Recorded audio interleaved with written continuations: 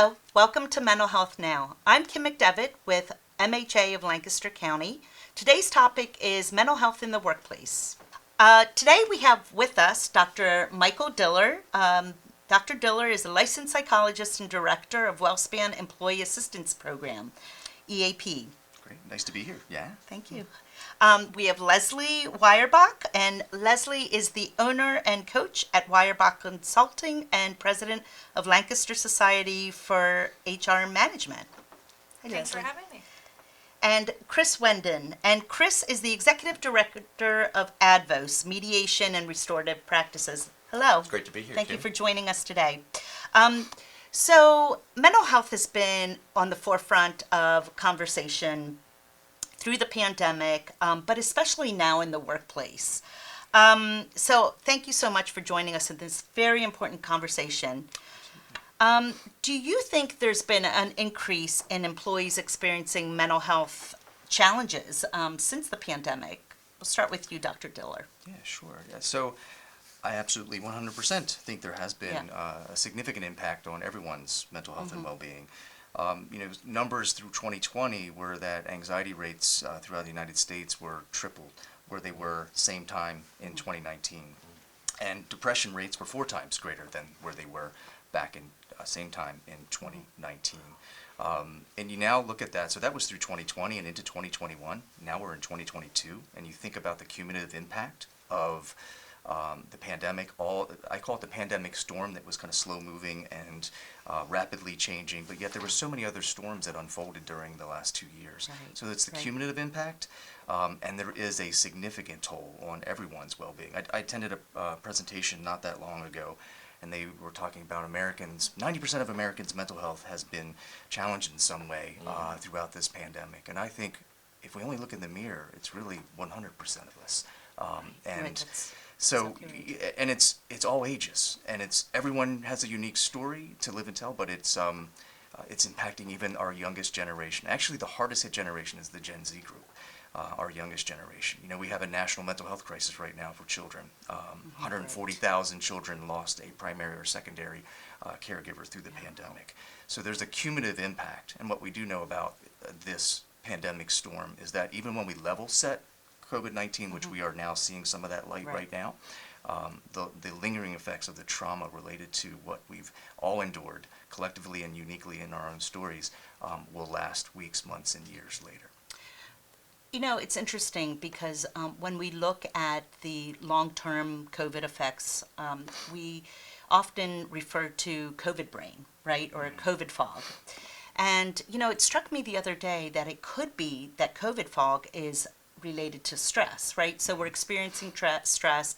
Maybe it has an impact on our memory, our concentration. Can you speak a little bit more to that? Yeah, it absolutely does. And, American Psychological Association does the Stress in America survey. And they do that since 2007. They just released another one in March. And they have seen stress ratings from Americans across the country at levels that they had never seen before since doing the study, the survey, since 2007. So what does that mean?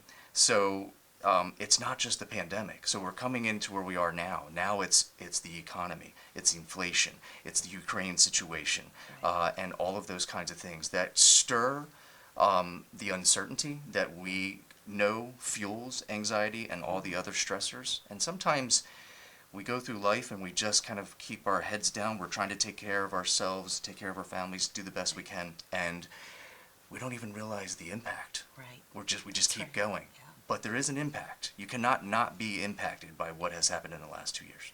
Well, our workplace has definitely been impacted. In 2021, according to the U.S. Bureau of Labor Statistics, over 47 million Americans voluntarily quit their jobs. That's the Great Resignation. What do you think that mental health challenges have impacted or contributed to the Great Resignation?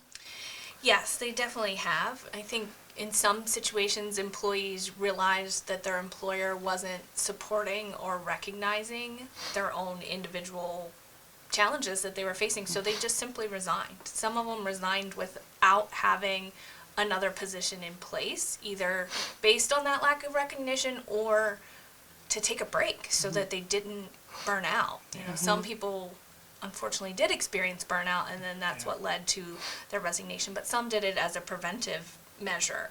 And employees are really seeking alignment with their employer for that support, for the culture, for the company's purpose. You know, what are you doing that I know matters in this world with all the challenges you just mentioned and Mike mentioned? You know, there's so much happening. They're looking for that alignment, and quitting was really their preventive measure of doing that. And some of it comes back to simply flexibility. You know, if the employer wasn't willing to grant days for them to take off, if they just weren't feeling well or not feeling themselves, or they needed to have those breaks based on childcare or other situations, which was leading to stress and anxiety and all of those other things, they quit. Wow. Well, mental health challenges, according to the Mental Health at Work report, are now the norm among employees across all organizational level, and 76% of respondents reported that they had at least one symptom of a mental health condition in the past year that affected their work. And that's up from 59% in 2019. So, yeah, I mean, people are impacted in the workplace, and the stress of the workplace. They rethink how they're working, what their purpose is, and so it has greatly contributed. Thank you. Have you seen a change, Chris, in the culture, in the emotional climate and culture of the workplace? So yeah, it's a great question. And one of the things that we've found, if you look at the history of how employer-employee relationships have been, is probably about a decade or so ago, there used to be this idea that employees were required to come to work, and the idea was leave your baggage at home, right? Bosses were saying, you separate your life from your home, and we expect you to turn up, smiles on, ready to go. Right. And that's just not the reality, right? We can't separate that level of stress. And I think what's been really interesting to see over the last 3, 4, 5 years is that there's now been this realization that idea, that philosophy, we got to abandon it. We got to leave it behind and figure out how do we integrate the employee. And I think in many ways, what you've said is that at Advoz we experienced having to move an entire team remotely, and then all of a sudden you're having team meetings with your child on your lap. You're having team meetings with your dog jumping in over your shoulder. And so what employers are now realizing is, we haven't done relationships well. We haven't done conflict well. And when we figure out how to do those better, it actually creates a more engaged employee. Well, Leslie was saying, someone who wants to be where they are, and it helps with morale, it helps with productivity. And so in many ways, I just love the fact that we're now discovering that there's got to be a better way for employer and employee relationships to happen. And when you figure that out, in many ways, you actually want to be at work, right? Right. But it's challenging for employers to know, how much do I, ask someone, so how are you really doing, right? Like, put those check-ins aside and be like, wow, like, how are you really going? Well, according to the Mental Health at Work report that I just referred to, 2/3 of respondents talked about their mental health to someone in the workplace in the past year. But only 49% of respondents described their experience as a positive one, or reported that they had positive outcomes. So when we talk about the culture, when we talk about culture, it's a very slow change. And we've seen a significant shift. Is that sustainable? I think the challenge for employers is going to be something that I steal from a favorite author of mine, a guy by the name of Pat Lencioni, and he calls it the Great Reboarding. Right? We talk about onboarding as bringing an employee in. So now when we're coming out of COVID, there's a sense where we have to reboard. Where supervisors, managers, bosses need to stand up and say, you know what? I didn't do conflict well. I didn't handle your stress. I didn't care for you. So we're going to make it now part of your, part of the culture that we have, where we're not going to have that separation of how you're doing at home and how you're doing here, right? We're going to encourage work-life balance. We're going to encourage those things so that you want to be here. And is that our message that we're hearing? Because the three of us work with conflict, we work with mental health, emotional health. Leslie, what are you seeing? He mentioned Pat Lencioni, and it's absolutely right. It comes back to that foundation of trust. Can the employees trust someone, at least one person in their organization that they can have that conversation with, so that then there's a path forward, there's steps to take, there's someone listening, that they know that. And yeah, it might lead to conflict and some debate per se on how to handle flexibility or how to handle reintegration, because everybody has their own ideas of what that looks like, what their needs are. They may be different now than they were before. And they may change again in a month. So part of it is that adaptability, but having the foundation of trust really sets it up to be able to have conversations that matter. Yeah, great. and I totally agree with that. Everything, and Pat Lencioni, I love his work there. You know, he talks about building great teams, and what you need is you need to have people that are humble. You need people that are hungry and they're smart, like smart in the EQ, how we connect with each other and relate with each other. However, we have to be, the precursor to that is, we have to make sure we send a clear message to the people that are walking into our doors every day, because you can't tease apart the personal story from the work and professional stories, that we have their back, that we care about them. And the Great Resignation was fueled by people asking the question, what really matters to me? What do I value? And when they answered that question, they talk about, like Leslie's talking about, in terms of, I want someone at my workplace that's going to take care of me, that's going to help lift me up, to be there to lean on. And it's trying to figure that out. How far do we go? Don't want to overstep, but you got to start somewhere. You got to be able to create that ability to have even that human connection. It was one of the greatest losses early in the pandemic, the loss of human Right, connection. human How do we reconnect? How do we re-onboard or reboard, re-enter, kind of what lies ahead in the future? So how do we do that? And you can start by even simple conversations to. And that segues us nicely into our next segment. When we return from break, we will address what employers and employees can do to support mental health.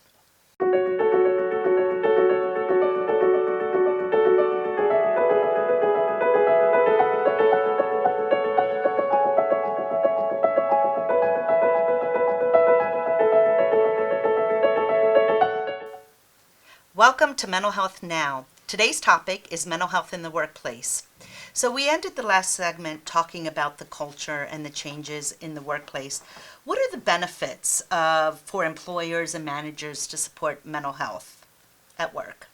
So I think the benefits are that, and we've seen that the benefits are that actually there's an improved level of productivity, right? And when employees and team members feel that they're actually able to be their whole self, like they bring their whole self to work, right? When they feel like their boss or their supervisor is really in their corner, is really batting for them, it makes you jump out of bed in the morning, like you want to go to work. And I think even if you're in a role or a job where there might not necessarily be a direct community or service benefit, we all know what it feels like to have somebody in our corner going, you can do it, you can do it.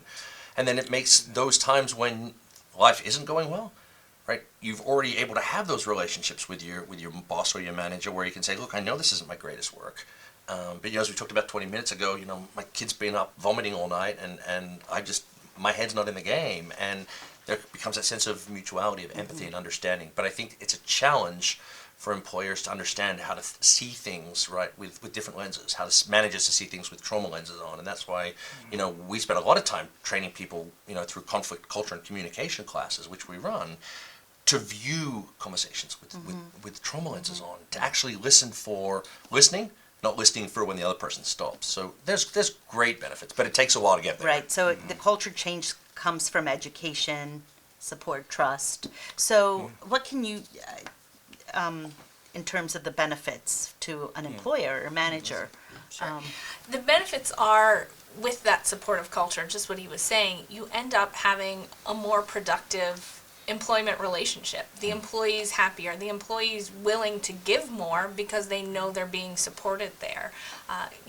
And they're yes, not working in fear, right? correct. They don't have that fear. They don't have that struggle that's happening because they know they can trust someone. They know they can have a conversation about, today I don't feel my best. Today I need to stay home, or I need an accommodation to be able to get this done. That's language that is typical for how to make these adjustments for if you have any physical conditions. It's the same with mental health conditions. What are the accommodations that need to happen to have this employee be successful? And when you have those conversations and support, you get that loyalty, you get that positive employment relationship that leads to success for both parties. Yeah, and I totally agree with both you, Chris, and Leslie, and what you were saying about, because all of that speaks to culture. And you mentioned a word, Chris, you talked about empathy, and then also the word that Leslie's mentioned a couple of times, trust. If you think about Maslow's hierarchy of needs on the pyramid, The bottom line is just the bare basics. Getting rest, getting fuel, making sure you're hydrated. I always throw exercise in there because movement's important, but Maslow didn't have that. The next level, though, is psychological safety, trust. Right. Creating that environment and that culture that invites that conversation because ultimately to get to the top of the pyramid, which is our best selves, our best organization, we want to get there. But you don't pass go. You have to go each step of the way. You don't get to race up the pyramid without taking care of those needs. So that culture is huge. And that bottom line, the second level is really all about creating psychological safety, physical safety. Years ago I saw what keeps people, this was research, what keeps people where they are. Why do they stay? Having a voice in their organization and what happens next. Being recognized for good work, second. Third one, leaders having compassion and empathy for my personal problems. I would now, where we are in this pandemic, it's almost flipped. Number 3 has become number 1. Yeah. When people answer that question, what matters to me when I walk into these doors? And Leslie talked about, having that purpose, hitting the ground and being inspired, my unified purpose. This is our why. I want to go get that, but I also need to know that my employer has my back and they care about me as a person, as a human being. Right. And when that happens, it's amazing what the person feels. And that level 2 on the hierarchy of needs is elevated in terms of that psychological safety. That's great. Thank you so much for impressing upon the importance of looking at employees as humans with emotions.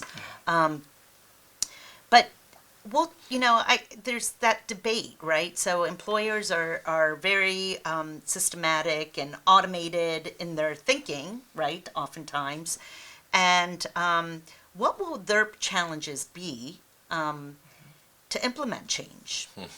It's a great question because I think the real challenge is and for me as a manager of the people at Advoz, right? We have goals and metrics and targets and things that we want to achieve. And so I think managers are tempted to say, I don't have time for the person, I have time for the priorities, right? But 10, 15, 20 minutes on the person, they don't realize will up the priorities. And it was interesting because one of my annual feedback that gets done by the board, one of the things early on in COVID that I was challenged for was I was too goal oriented because I was so scared about this transition to everything virtually. And I was reminded, hey, you know what? Take 10 minutes per check-in to see how the person's doing. And it was a real hit for me because I was trying to be a manager through COVID, right? We had to move everybody. And I'm like trying to suppress the stress that I've got, chucking my kids out of the camera view, like not throwing them literally. But that's going to be the challenge is balancing the productivity with the person and saying, I got to spend the time on the person and then that'll happen. Right. It's like building on the infrastructure, right? So we did that at MHA. Right after COVID hit, I thought, oh my goodness, we are going to be bombarded, right? We're going to have to be taking care of people. We can't do it if we're not well. So we did a lot of healing. We did, we really took, I really impressed upon taking very good care of yourself. So building upon that infrastructure, that stability. So at EAP Services is a great program. Not all companies have it, but those who have it, so it's 3 free counseling sessions, right? Yeah, the session model can differ. It can vary just based on the kind of the story of the organization and what might be what meets their needs. But yes, it can be. Have any additional programming or any changes in the program of EAP as a result of the increased mental health challenges in the workplace? Yeah, I mean, I can speak to so at WellSpan EAP, our Employee Assistance Right. Program, we've really focused on, it's not just the counseling, it's not just the session model, it's not just the counseling. If we found out one thing is that utilization actually went down through 2020, and even in 2021, it still didn't rise where it was pre-pandemic. And why was that? That was because people were just trying to do the best they can, kind of swimming at the bottom of the pyramid of Maslow. We're just trying to do the best I can and to take care of things with my family, basic needs. And they were kind of just plowing forward and not really realizing the impact that was building through these last 2 years. Now people are coming out of this pandemic. It's that trauma-informed part that you were talking about, Chris. People are realizing, oh my gosh, now it's really starting to hit me. And so as an EAP, it's important to work with organizations and leaders of organizations and employers, HR leaders as well, about the culture. Because your EAP is only, to me, as good as the culture that supports it. Being able to have conversations like we're talking about today. That I may be, there's a saying that all of us probably have heard this. It's okay not to be okay. Yeah. And we're big promoters of that. But I think we need to do more than just stop there. We need to acknowledge that, have conversations, and then be able to take it further and how we can offer training, guidance, education, create even structural changes, foundational changes in how you have a meeting. Check in with the human being that's gathered there at that meeting before we get into mission, metrics, and goals. Yeah. All of that's important, but the human being, if we don't take care of them, you'll never be able to embrace the full top of that pyramid of the best organization in mission, metrics, and goals. And I was going to add, I think that requires a shift from the leaders, from the HR staff. Before you were kind of taught not to cross into that personal space with Right. asking Yeah, about That's a great point. how they are. In order to get to the EAP and have even the utilization, you have to have those initial questions, that initial conversation to be able to do that. And in my career as an HR professional, I would always refer people to the EAP because they did come and confide in me, and that was what they did. But I realized I didn't know what happened. So one of the best things I ever did for myself and the employees was call myself. And I called the EAP. I figured out what that process looked like. I learned from it. I got the help I needed, but I also compounded that because the next time someone said, well, I don't know what it's like, I could walk them through every step of the way I love that. what it was like to call the EAP. That is wonderful, yeah. This is what you're going to experience. And it paid off. I had people come back and say, that was the little nudge I needed to make that call. So it comes from the top down. It's Yeah, that yes. encouragement, right? So they need to know that they feel safe coming to you. You're going to, present the programming that's available to support them. One of the things we talk about is leadership too. The leaders are struggling as well. Yes. And so I think if the leader is transparent in what they're experiencing, everyone else, it creates that culture again of safety. I keep using that word, safety. Yeah. But It's tough as a leader to be vulnerable because I think, what you were saying, Leslie, like leaders don't know how to be vulnerable and we don't know if it's okay to be vulnerable. Right. But the research is now saying that employees will almost mirror the level of vulnerability that employers are. And so one way at Advoz we kind of figured out how to do this, and we stole the idea, I think from Zoom or maybe somebody else, was their team meetings when the pandemic first started, they built in this red, yellow, green to check in with the personal nature of employees, right? I love that. And what that did was invited our team to share as much or as little as they felt comfortable. And then what that allowed us to do as managers, as supervisors, as executive directors, was we had something to then say, meeting's done, hey, Bob, hey, Joanne, notice you shared it, what do you need from me? Right. What do you need from That's us? great. And so I think Yep. that's where it comes in to say, like, I'm going to almost provide the pool for you to step into, and if you step in there, I'm going to swim alongside you. And Chris, I think there's this myth that if you open up conversation about mental health or you allow someone to take the day off, that they're not going to meet their goals. And the reverse is true, right? it's So actually the there's opposite. still, it's the opposite is true, right? And So the big companies have figured this out, right? Yeah. The Googles actually and some of these other larger companies, they have 0 quotas on PTOs, right? Because if you hire well, your people follow, right? Yeah. And I was just doing a review of one of our directors of restorative justice, and I have to get her to take time off, right?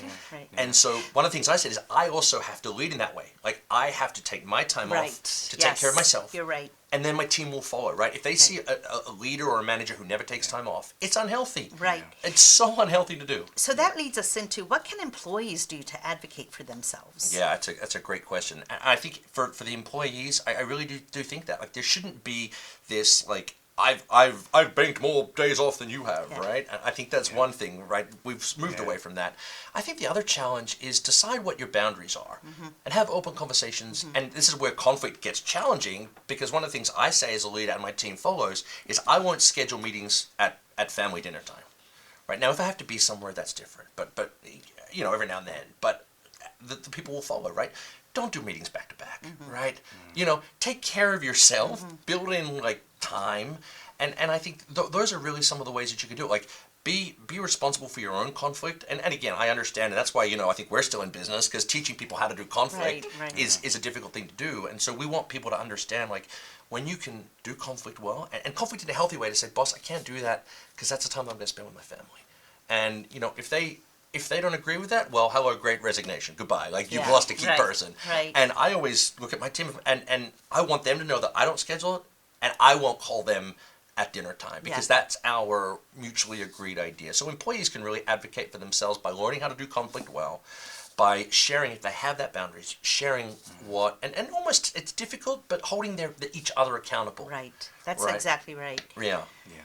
So this was a great conversation. We could do this all Thank day. you so much. I We love could. it. I love we the could. passion around the table. Yes, Yeah. absolutely. Thank you for joining us for Mental Health Now, Mental Health in the Workplace. Should you need any additional resources, please reach out to us at Mental Health America of Lancaster County.